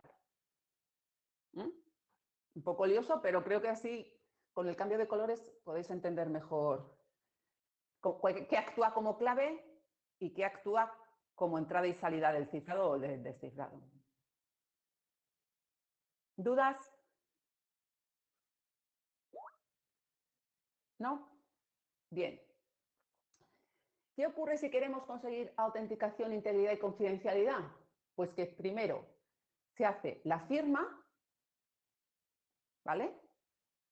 Y después se hace el cifrado. Es decir, aquí delante, que no me cabía, poner todo el proceso previo a la firma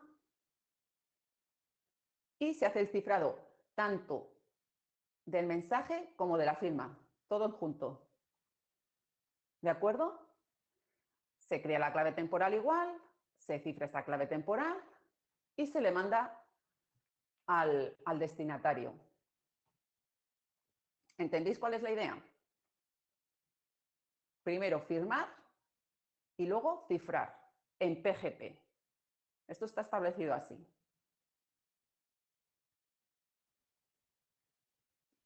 Entonces, ¿cómo quedaría un formato de un mensaje PGP completo, con todo? Tendríamos el texto original, ¿vale? Este texto original junto con el nombre del fichero, en el caso de que estemos citando ficheros, que no siempre, y el sello de tiempo para indicar el momento en el que se hace, ¿vale? Son los que vamos a considerar componente del mensaje. Ya os digo, a veces no tenemos fichero, simplemente tenemos el texto que queremos enviar. Luego tenemos la parte de la firma, que no siempre es necesaria, solo cuando queremos firmar. Y tenemos la parte que corresponde a los componentes de la clave temporal o de la clave de sesión, como queráis llamarlo. Bueno, me gusta más temporal porque no es una sesión exactamente lo que estamos estableciendo. Vale. ¿Qué hemos dicho que es lo primero que se hace? Firmar, ¿no? Aquí tenemos nuestra firma que va a constituir un sello de tiempo igual en el momento, el identificador de la clave pública que hemos dicho que tiene y el resumen del mensaje. Aquí tenéis también que a veces se incluyen los dos primeros objetos del resumen, es decir, si ya no consigo entender los dos primeros objetos, ya no descifro el mensaje, el hash entero. Simplemente para ahorrar tiempo, pero teóricamente no es necesario como tal, ¿vale? Entonces, ¿qué hacemos con esto? Lo que hacemos es firmarlo con la privada del emisor, ¿vale? ¿De acuerdo? ¿Y qué hacemos con la clave temporal? La ciframos con la pública del destinatario, ¿vale? Y el mensaje lo ciframos con esa clave secreta que hemos creado, esa clave de sesión que hemos creado. Y todo ello, si es necesario, pues hacemos la conversión a Radix 64.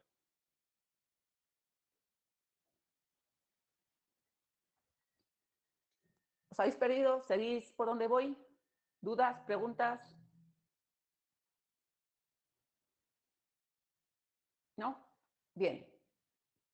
Entonces, ¿qué algoritmos se emplean en cada caso? Si os dais cuenta, en el mensaje nos indican los algoritmos que se emplean. Es decir, yo puedo emplear distintos algoritmos para cifrar, para firmar.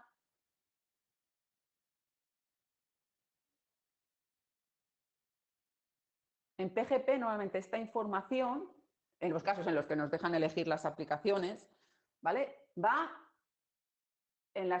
unida a las claves públicas, es decir, en los certificados de las claves públicas. Aquello que va firmado por otros usuarios o por mí mismo, ahí se indican qué algoritmos son los preferentes, qué algoritmos se quieren utilizar con esas claves, etc. ¿Vale? Pero esa información no va dentro del mensaje, cosa que vamos a ver que es diferente en ese MIME. O en ese MIME también. ¿Dudas? Bien, entonces, ¿qué tenemos? Tenemos, por un lado, firma digital con distintos algoritmos. Tenemos cifrado, por un lado, de los datos que queremos y, por otro lado, cifrado de la clave temporal. Los datos los ciframos con cifrado simétrico, la clave temporal con cifrado asimétrico. Y la clave privada también con cifrado simétrico a partir de una contraseña. ¿Vale? Luego tenemos la posibilidad de generación de pares clave pública, clave privada y la generación de la clave temporal para el cifrado simétrico. Y luego tenemos el resumen hash que se puede hacer sobre el mensaje completo. Además de la comprensión, lo de la conversión a Radix 64 y sobre todo la parte de segmentación, sobre todo era en los primeros sistemas que tenían limitaciones de tamaño. Ahora ya es más. Ahora ya no es necesario en este sentido. ¿Entendéis cuál es la idea? ¿Alguien se ha perdido? ¿Habéis comprendido cómo es la idea de la red de confianza de un sistema en el que cualquiera puede firmar? Pero claro, yo puedo decir si me fío o no.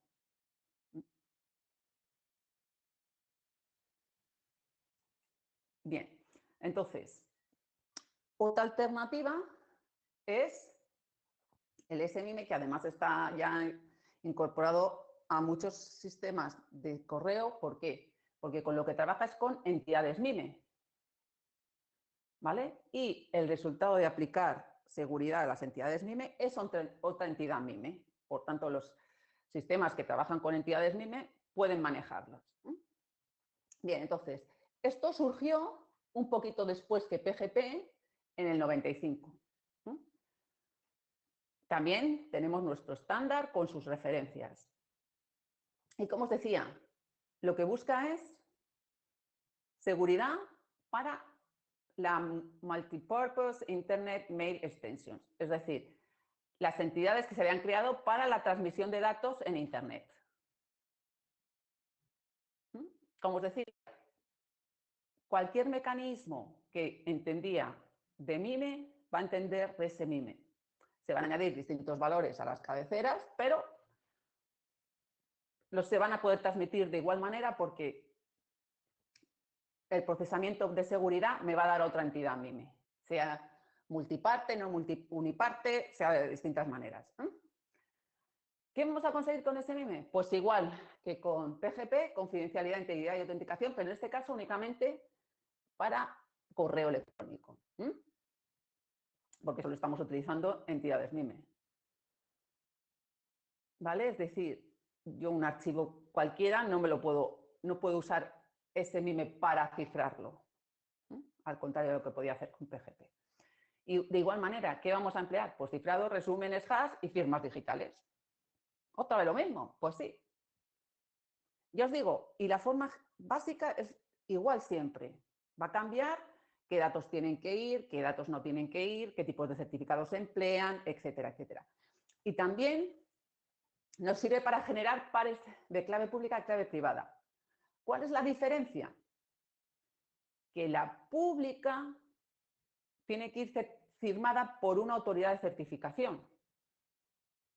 ¿Vale? Entonces, perdonad, no nos basta solo con tener la clave pública. Para que ese MIME la pueda utilizar, tenemos que pedir a una autoridad de certificación que nos la firme. ¿Vale? ¿Veis la diferencia? Y como os decía, ese MIME, más que trabajar individualmente, lo que está es integrado ya en las aplicaciones de correo electrónico que utilizan entidades MIME. El Outlook, el Thunderbird, Lotus Notes. Y están intentando, aunque no, yo creo que todavía no funciona dentro de soluciones, vamos a ver, por correo web, pero que yo sepa no está todavía. Bien. Como os decía, igual que en PGP tenemos redes de confianza, en SMI vamos a trabajar con entidades de certificación. En concreto, vamos a trabajar con certificados X509. ¿Vale? ¿Qué forma tienen estos X509? Lo que se tiene es la versión, número de serie, versión porque puede haber 3, el número de serie, el algoritmo que se puede emplear, ¿vale? El periodo de validez, la información de la clave pública del sujeto, es decir, aquí tenemos cuál es el sujeto y aquí decimos cuál es la clave pública y el algoritmo relacionado, ¿vale? Y luego la parte correspondiente a la firma, qué algoritmo es empleado y qué es lo que consiste la firma. ¿Vale? Los certificados revocados van en lo que se conoce como lista de revocación de certificados, que tiene sus características propias y luego lo único que indica es el número de serie del certificado digital y la fecha de revocación. ¿Vale? Y va firmado también la lista por una autoridad de certificación. Bien, lo diré. ¿Este certificado, esta lista de revocación de certificados, es infinita?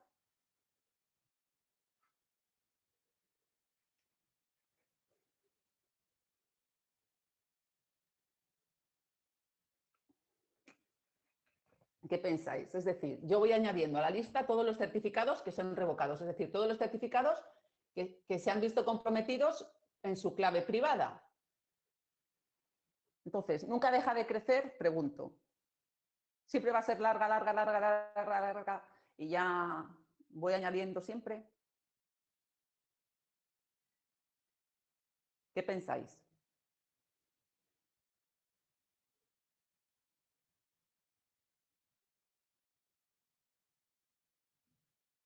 ¿Qué tienen los certificados? Un periodo de validez. Una vez que ha pasado el periodo de validez, ya no es necesario que esté en una lista de revocación de certificados porque ya no es válido. ¿Lo entendéis? ¿Mm? ¿Dudas? Vale, entonces, esta es una de las formas de trabajar con listas de revocación de certificados. No, hay veces que lo que tienes es una conexión a un servidor donde están las listas, otras veces solo se manda, dependiendo de cómo se esté trabajando, se pregunta o se busca en la lista de certificados, pero la idea es eso. Yo te indico qué no vale y desde cuándo no vale. Ahora, ¿qué ocurre cuando un certificado deja de valer? Cuando yo veo que un certificado ha sido revocado, sé que lo que llega de ahí en adelante no me tengo que fiar. Pero ¿qué hago con lo que ha llegado previamente? ¿Lo entendéis? Es decir, ¿desde cuándo se ha visto comprometido? Eso no lo sé. Yo sé desde cuándo seguro que no me vale, pero no sé el periodo anterior en el que ya estaba comprometido. Por ejemplo, cuando los certificados de tu PC dejan de ser válidos, ¿qué pasa? Te puedes quedar sin certificado. Tú te puedes... No, no hay certificados de PC. Bueno, podría. Tú lo que tú tienes, estás hablando de los certificados que no son certificados digitales en este sentido, sino te estás refiriendo a la licencia, ¿no? A los números de licencia que necesitas. ¿Vale? Una vez que no son estos, ¿eh? No tiene nada que ver. No tiene nada que ver en el sentido de que no estamos hablando de claves públicas, clave privada. Tú lo que tienes es un periodo en el que te vale o estás permitido para usar un sistema operativo. Pues cuando pasa, adiós, muy buenas. A no ser que lo hayas renovado. ¿Vale? No son este tipo de certificados.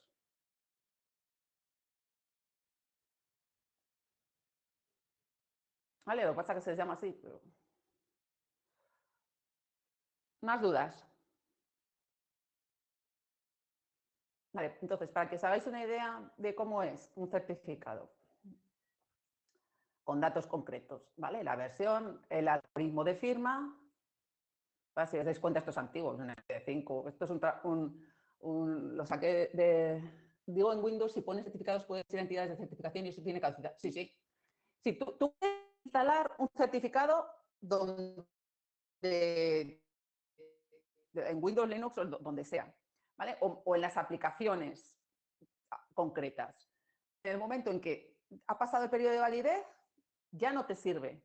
Si tienes un certificado de la Fábrica Nacional de Moneda y Timbre, por ejemplo, y lo has utilizado para firmar tu declaración de la renta, hoy por cierto tengo que ver yo cuándo es el mío. Si ha caducado, ya no lo puedes emplear, no te lo van a reconocer como válido. Tienes o bien que renovarlo, solicitar una renovación, pero te van a dar otro. El problema es que el número de serie va a cambiar. Por tanto, si tienes algo cifrado o firmado previamente, vas a tener que mantener el certificado antiguo para poder acceder a ello. Esas son las cosas que ocurren. ¿Vale? De hecho, es otra forma, pero si alguna vez os ha pasado, es que a mí justo me pasó cuando les ocurrió. Moodle, vosotros accedéis a Moodle certificado para utilizar TLS, pero es un certificado digital. ¿Qué ocurrió el año pasado? Justo yo me conecté, intenté conectarme y me decía que no, el navegador me decía que era peligroso porque el certificado estaba caducado. Pues que les había caducado el certificado y lo tuvieron que cambiar para luego que la gente pudiera seguir conectándose. ¿Vale? Entonces, cuando caduca, ya no sirve. Y si está en la lista de revocación de certificados, tampoco. ¿Vale? Y aquí tenemos los datos del emisor. Con la pegatina del Etsy. Sí, por ejemplo, claro, es decir, si accedéis a las, o si accedéis a páginas web que usan certificados, si se olvidan de instalar el nuevo certificado, no se dan cuenta de que ha caducado o lo que sea, pues el navegador no os va a dejar en general, a no ser que podéis ponerle como excepción, no sé qué, pero en general ya están tan protegidos que no nos, exactamente, os dice que no es seguro. No es que, no es seguro, pero no es que les hayan hecho un hackeo a la web, ni que tengan código malicioso insertado. Simplemente es que como no tienen el certificado digital al día, pues te dicen que no es seguro. No sabes exactamente por qué, aunque si miráis en el candadito os puede dar pistas, pero bueno, esto lo veremos cuando veamos TLS para que lo intentáis un poco más. ¿Vale? ¿Dudas? Bien, entonces, bueno, pues aquí tenéis un certificado que lo emite, la validez, para quién, la información de la clave pública, que como os digo, esto está tal cual, y luego datos de las extensiones si son necesarios y la firma. ¿Vale? Si os fijáis, pues la validez en este caso es de 1 año, nada más. Sí, y el emisor es distinto al individual que se le emite. Como os decía, cuando una autoridad de certificación firma su propio certificado, es porque es una autoridad de certificación raíz. Es decir, o nos fiamos o no nos fiamos, pero si nos fiamos es a partir de aquí. O sea, llega un momento en que ya no sabemos, es el mismo el que firma su certificado, no tiene otro superior que lo firme, ¿vale? Como sería este caso. Y normalmente, pues el periodo de validez ya es mucho más amplio, porque si no, imaginaros. ¿Vale? Bien, entonces, ay, que no tenía que ir aquí. Bien, tenemos nuestros certificados X509. ¿Por qué hablamos de que no es una jerarquía estricta? Por lo que os decía, porque al final yo decido de qué autoridades de certificación me fío. Aunque los navegadores vengan con unas autoridades de certificación, aunque los servidores de las aplicaciones de correo me vengan con unas autoridades de certificación instaladas, puede que yo no me fíe de ellas o puede que yo me fíe de otras que no vienen instaladas previamente. ¿Vale? Entonces, yo puedo decidir, entre comillas, de quién me fío. Eso sí, la mayor parte de la gente, incluso aunque tenga un certificado, no sabe realmente lo que significa ni sabe cómo instalar o quitar nuevas entidades de certificación, ¿vale? Y como os decía, podemos tener nuestra clave pública y privada, pero la clave pública se la tenemos que pedir a una autoridad de certificación. ¿De acuerdo? A no ser que yo me cree mi propia infraestructura, entonces me admita a mí mismo como autoridad de certificación y pueda incorporar mi certificado. Ahora, ¿qué ocurre? Que mis amigos a lo mejor se fían de lo que esté de mí como autoridad de certificación, pero en general nadie se va a fiar de mí. Que es un poco lo que decía antes a Miguel. Pero a lo mejor, si habéis hecho, por lo que me han contado, en la práctica de bases de datos o en una de las prácticas, o dependiendo del profesor, no sé si con todos, trabajáis con OpenSSL y a lo mejor habéis creado certificados y los habéis firmado vosotros mismos. No sé si ese es el caso de Miguel, por el que tú preguntabas, pero bueno, es una opción. Y para ciertas prácticas, sí, en base de datos. Sí, es que me sonaba, por 2 años me han comentado también que hacéis algo de eso. El problema es que lo hacéis, sabéis lo que estáis haciendo, pero no sabéis lo que significa, o por lo menos yo creo que no sabéis el concepto que está detrás de un certificado, qué es realmente una autoridad de certificación, qué es una firma digital. Podéis seguir los pasos, pero espero que con esto sepáis realmente el significado. Así que lo sabías muy bien, Miguel, entonces me gusta más. ¿Vale? Bien, entonces, ya os digo, estos son los certificados. Y sabemos, y ese MIME va a trabajar con certificados. Pero como os decía, pues qué hacemos si es revocado, si es renovado, etcétera, etcétera. Bien, ¿qué pasa aquí otra vez? ¿Me está repitiendo todo otra vez? lo importante, que no sé por qué me sale de repetir, no tenemos una gestión de claves como ocurre en PGP. En PGP nos dicen, tenemos el añadido de claves privadas, el añadido de claves públicas, aquí se colocan las claves, aquí no. O sea, es decir, el protocolo de SMIME no se encarga o no contempla qué se hace con las claves, cómo se almacenan. Obviamente, luego las implementaciones sí, pero no forman parte del protocolo. Entonces, distintas implementaciones de SMIME pueden trabajar con las claves de distinta manera a la hora de almacenarlas, ¿eh? Bien, entonces, y volvemos a intentar hacerlo. Uy, no me va a dar tiempo. Vale, vamos a dejar aquí para luego verlas todas seguidas. Lo que vamos a ver el próximo día es cómo conseguir, igual que antes, autenticación e integridad, confidencialidad, combinación de las tres y qué características, ventajas, desventajas. Y luego veremos la parte de cómo hacer una firma digital con el GPG for Windows, ¿vale? Y repasando lo que hemos visto, pues si os quedan dudas y me preguntáis. ¿De acuerdo? Bien, pues lo vamos a dejar aquí para así, por no ir aquí rápido con esto y que luego quede todo a medias. ¿Vale? Nos vemos el... Ah, no, otra cosa importante. Teóricamente tenemos clase el lunes, el martes 13. Pero ya sabéis que se ha cambiado, el martes 13 se toman las clases del lunes. Pero resulta que, claro, yo tengo clase, teóricamente tendría clase por la tarde con el otro grupo. ¿Qué ocurre? Que al final, vosotros tendríais una clase más que el otro grupo.